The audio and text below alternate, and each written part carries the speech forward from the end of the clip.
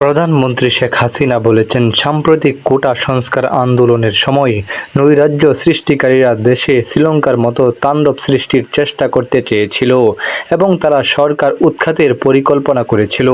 শেখ হাসিনা বলেন, তারা তো আসলে শ্রীলঙ্কা টাইপ সহিংসতা এবং সরকার উৎখাতের পরিকল্পনা করেছে।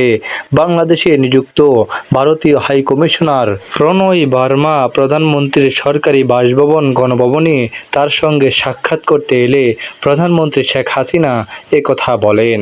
সাক্ষাৎ শেষে প্রধানমন্ত্রীর প্রেস সচিব মোহাম্মদ নাইমুল ইসলাম খান সাংবাদিকদের ব্রিফ করেন। প্রধানমন্ত্রী শেখ হাসিনা বলেন, কোটা সংস্কারকে কেন্দ্র করে সাম্প্রতিক আন্দোলন মোটেও স্বাভাবিক আন্দোলন নয়, বরং এক পর্যায়ে তো প্রায় সন্ত্রাসী হামলায় পরিণত হয়।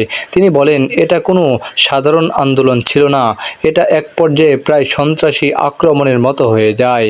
এ সময় প্রধানমন্ত্রীর বেসরকারি শিল্প ও বিনিয়োগ উপদেষ্টা Salman Fazlur Rahman, ambassador at large Mohammad Ziauddin এবং মুখ্যসচিব মোহাম্মদ তোফাজ্জল হোসেন মিয়া উপস্থিত ছিলেন।